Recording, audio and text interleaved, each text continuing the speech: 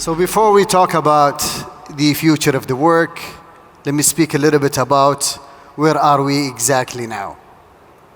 We all know that the world is changing so rapidly, mainly because of the changes in the technology and the changes in the structure of the society as well. We see a lot of companies are coming up, new companies are rising up, and a lot of companies are also vanishing and fading away. But again, and I think since 2019, we've came across one of the biggest challenges that we ever came across. And I think no one have came across something more difficult and more challenging than the COVID-19 pandemic. We all thought that COVID-19 will finish in 2020, and again in 2021, and here we are in 2022, and God knows when it will finish. So basically, I'm talking today about the future of the work, and I'm going to make it very simple for you, the way that I see it, and the way that SCC also are adopting. So the future of work are mainly based on four main pillars. Those main four pillars are easy to adopt, but difficult to change people to do. So I'm going to deep dive on each one of them, but let me go through you very quickly on them. So first thing is the experience of employees, and how can we become more of an experience-oriented. We all know and we all hear about customer experience, things like in a hospital that we call the patient experience, in the airline business that we call it the passenger experience, and here we're talking about the employee experience. And I'm going to deep dive and talk about more in this subject. Second is flexibility. How the workforce is becoming more flexible. How we can work everywhere, at any time. And the third thing is how to move into be more of a skill-based organization, rather than having more focus or more emphasis on education, more emphasis on tenure and other factors. And lastly, I'll be talking about how big data is changing the whole future of work. So let's start by the first thing, experience orientation.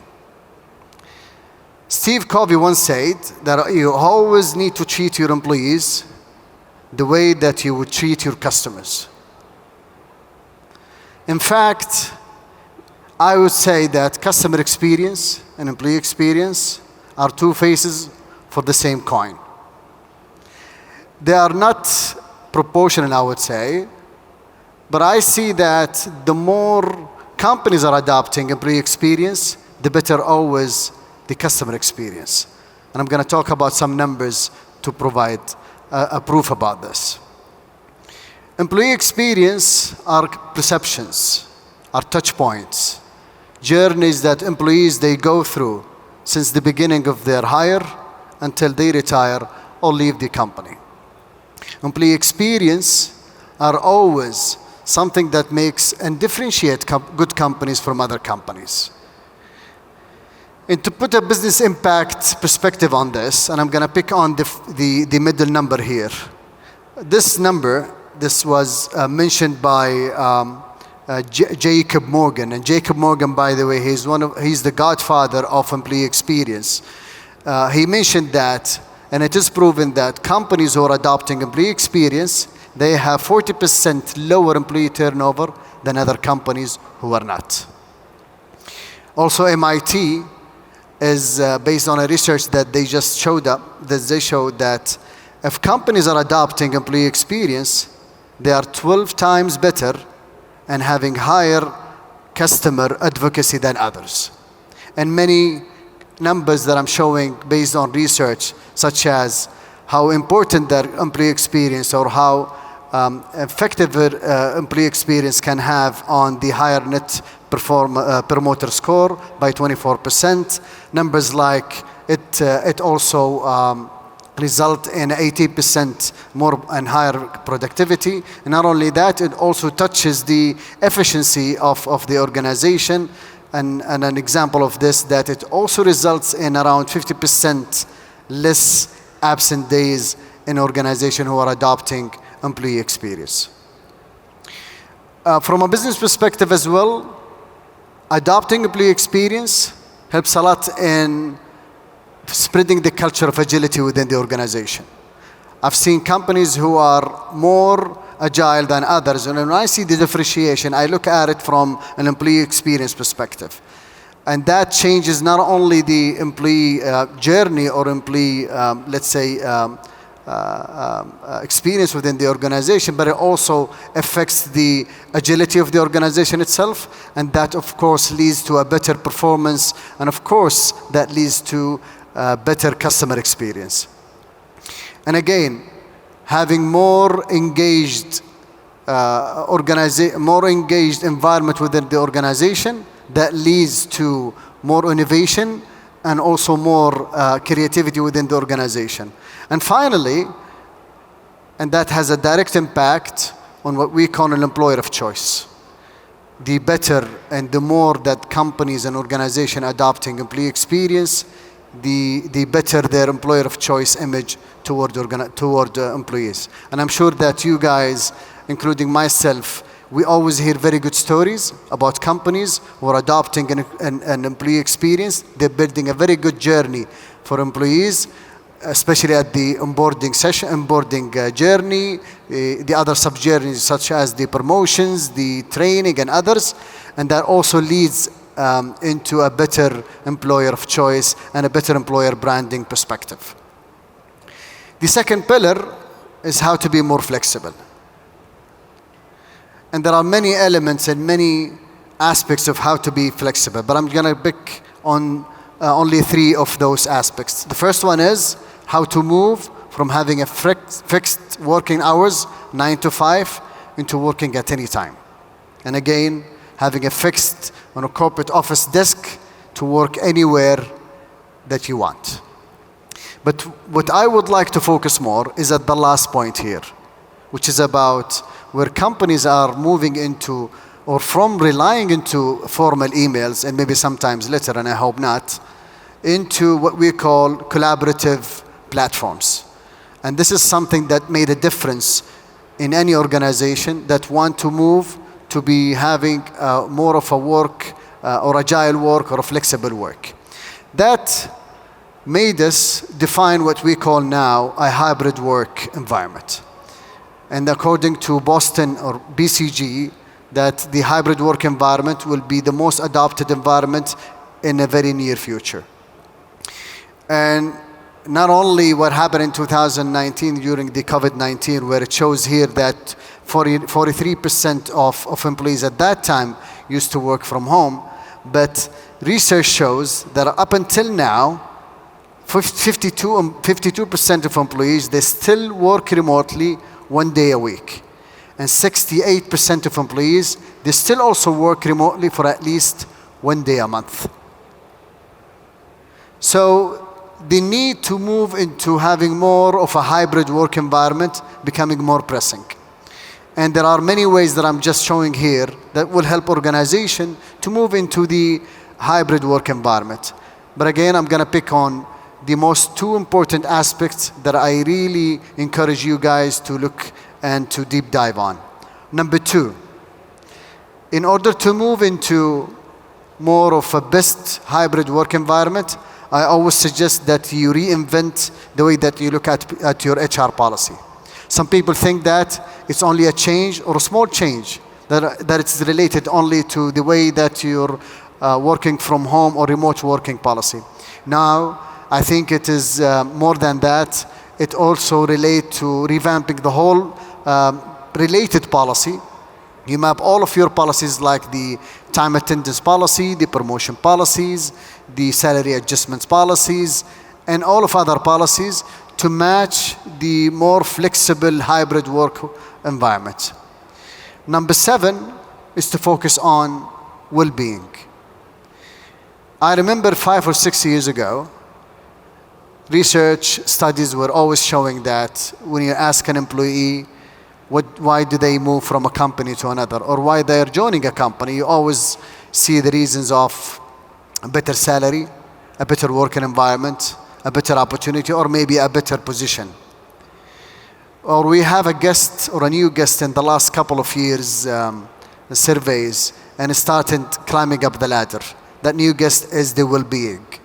A lot of employees are focusing or indicating that they're moving from a company to another because they have found another company or another organization that is focusing on employee well-being. Or they're indicating that their companies or their current organization, they're not paying enough attention to the employee well-being. And again, we are in STC, we're focusing on 4 main pillars, and we're promoting to move into a hybrid work environment. The policies, we're changing almost all the policies, the infrastructure, and I mentioned the employee well-being, but we're focusing more about the culture and how can we change the culture of the organization, how can we make employees adapt to the hybrid work environment, be more communicative to employees from the top to the bottom. Third pillar is skill-based. Our Crown Prince, His Royal Highness Mohammed bin Salman, mentioned that our priceless and most important fortune is our ambitious young people. And it's a pride of our country and the guarantee of its future, inshallah. And based on that, we believe, and I believe personally, that the move from the traditional educational, knowledge-based development is necessary. And I think the future will be based more on the skill-based development or the skill-based, let's say, organization. When we say skill-based, in my simple definition, is to do more about 3 main areas. First area is develop your internal employees based on competencies. I know some of HR folks think that the competencies were about to fade away. That was a talk maybe 3 or 4 years ago. But guess what? In recent development, since the emerging technology, the immersive, let's say, jobs that are colliding with each other, intersectorial changes and changes between jobs and mergers between jobs happening, HR professionals and HR specialists, they're always guiding us to go back to what we call the core of the competency-based development. I'm going to speak about this in a minute. Second is, we need to move from the basic training need analysis, the individual training need analysis, into a focused special programs that is more of a corporate special programs. And I'm also going to give some examples of those special programs. And lastly, things like this cannot be developed in-house. And I really encourage everyone to start looking for the right partnership to make sure that they have the right interventions to move into a skill-based organization. So developing competencies, and I'm giving an example of what we're doing in SCC. We have 3 types of competencies within the company. The first thing that we call the core competencies. And core competencies are basically the competencies that are based or stemmed out of the values of the company. And it is simply what we want everyone to exhibit as an employee within the organization. Second is the leadership competencies, which are the competencies that we would love every leader within the organization to exert from a behavior perspective. And lastly, the functional competencies. Now, functional competencies, and especially for us as Saudis, should be very much easy for us, are the KSAs, the knowledge, skills, and ability that the employee needs to perform a certain duty or a certain job.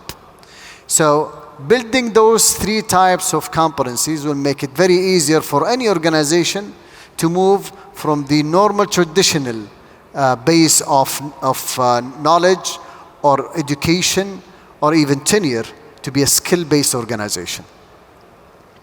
Another example of the talent programs. We're in SCC having multiple of talent programs. I'm going to focus on the main 3 ones that we're always proud of. The specialist program, which is mainly building specialties within the organization It is not based on a technical track per se, but it's based on the specialties that we would like to develop within the organization.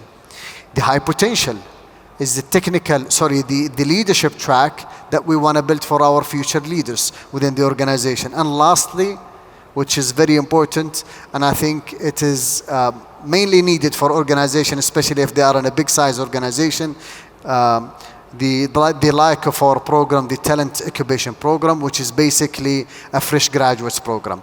So the need of designing such customized special program on a corporate level is basically the move to make sure that you're moving into a skill-based organization rather than a traditional-based organization. Lastly, an example of having a partnership. We're having a great partnership actually with MISC. They're helping us more into upskilling, reskilling, and multi-skilling our employees, starting from lower level to a higher level. This is only an example, and that shows how important is always to partner with a great, let's say, partners. I'm giving an example of MISC. There are many other partners around the world, be it of the likes of the universities, the schools, big organizations such as SCC, Aramco, SABIC, Ma'aden, and others. And lastly, analytically driven. In the world of data, and especially that it is not anymore a language of technology, and excuse me, my fellow colleagues in technology, I'll try as much as possible to make it as easy and as simple to my fellow colleagues in HR. Using data within the sphere of HR is going to be the next way of doing business, or the next way of creating the new or future work.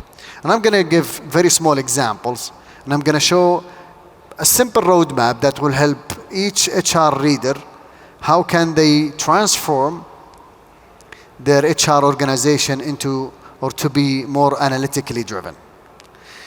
In every analytical stream, it has 4 main areas. And let me start by the first one on the left, which is the core measurement and KPIs. So the first thing that they need to do, or we need to do, is to define our main core measurement and KPIs. Time to hire, for an example, and time to apply, for an example, in the application website. So these core measures are the ones that you need to define that will help you to do your pulse, like you're going to the doctor, and ensure that what are the right measures that will help me to ensure that I'm going to make sure there is an efficient operation within the whole organization of HR. And the second is to put those core measures into business intelligence and reporting, dashboards, and to make sure that those dashboards are as live as possible.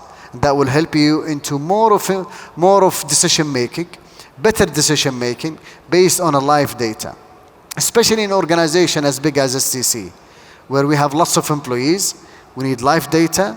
We need to compile many data at the same time to make sure that we have a fresh and a live look on our employees' data. But what is more important is the next step, what we call advanced analytics. In a simple word, and again, I would like my fellow colleagues in technology to excuse me, but I'll try to make it as easy as possible for us in HR, is basically to mesh, gather all reports, dashboards into one algorithm to solve an issue. And that will not be, again, possible without an example. Let me give an example of retention. So every human resources individual are always thinking and maybe not sleeping well at night because of retention or maybe attrition issues within their organization. Now, attrition can be obvious from absence days, can be obvious from lateness, can be obvious or maybe a consequence of low performance or a behavior of a manager. Those reports can be obvious or can be extracted from the dashboards or the business intelligence reports. But in order to get them into one algorithm that studies every basics of those data, that will give you the advanced analytics. We've created a platform within STC that help us in the attrition. And that had many factors within this, let's say, application or platform, such as the absence rate, such as the time management, the whole behavioral of the employees during the year. And we run it through historical data, and we had an accuracy of 78%. So if I have this report or I have this platform ready for next year, that means that I'll be able to spot 78% of the people that we're about to leave. So that's one example of how important it is to have an advanced analytics within the organization. And the final way of it is, once you have all of these core measurements and have dashboards, measure them into advanced analytics, is to move your processes into artificial intelligence. And the move into artificial intelligence is essential for your excellence of processes. Things like recruiting. I've seen a lots of application using artificial intelligence in interviewing even. That reads the behavior, that reads the face and sometimes the physical matters of the candidate, and produces a report that will help in making or a better decision making. So that's in a nutshell the four main, let's say, pillars of how you can get ready for the future. In summary, it's based on how can you move your organization into more of an employee experience organization, a journey-based organization. Second, how to move into a skill-based organization rather than a traditional educational / traditional HR-based organization. And third, how to be more flexible and move into the hybrid type of work. And lastly is how to use data as much as possible in doing more of analytics and advanced analytics that will help in better decision making and better quality of life. I hope you enjoyed the session, and I thank you so much.